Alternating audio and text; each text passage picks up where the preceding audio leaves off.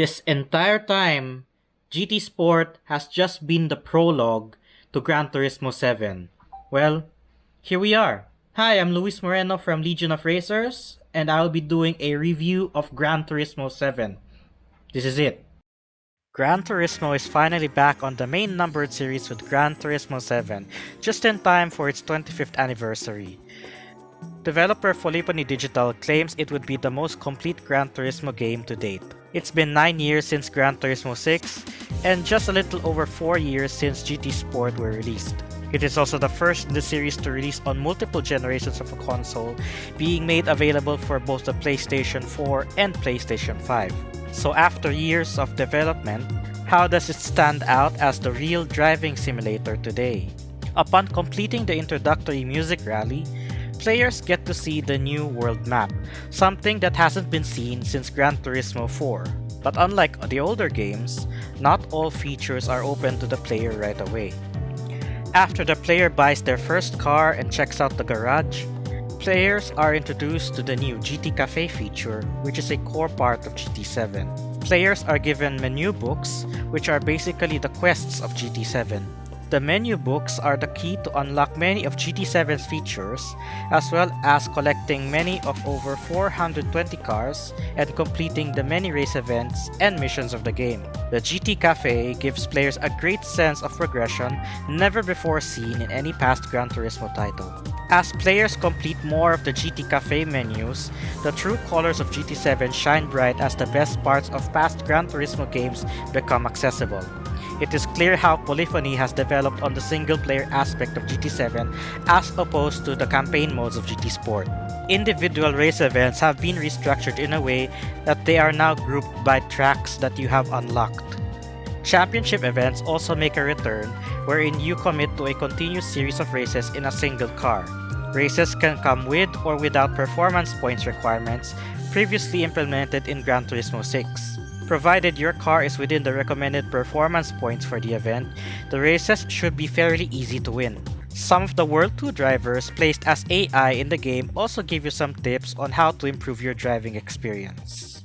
Gran Turismo will not be complete without its license tests, and it's back in its familiar format as opposed to the driving school of GT Sport. This is also where the new driving physics of the game presents itself to both casual racing gamers and Gran Turismo veterans.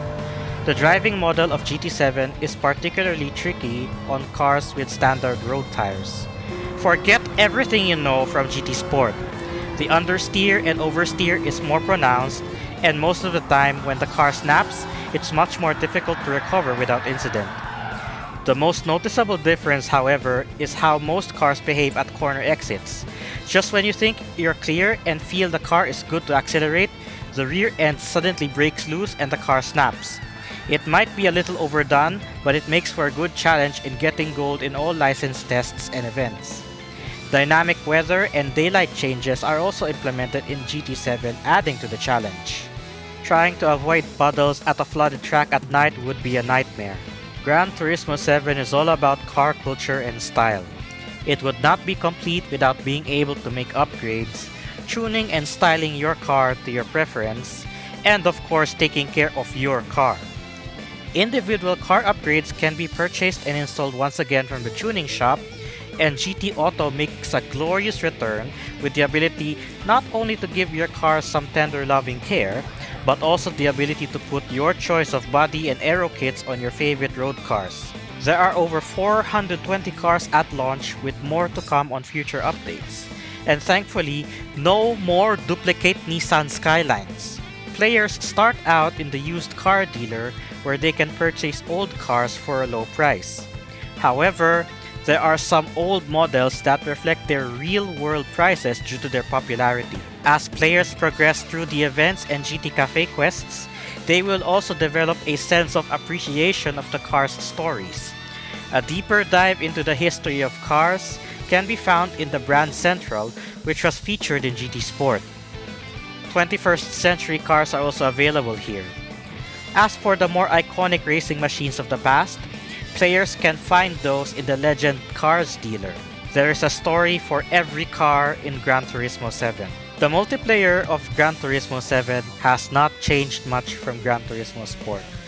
The sport mode has the usual format of races, with the minor addition of performance points requirements and tuning regulations, which were already hinted in GT Sport's last few events prior to GT7's release.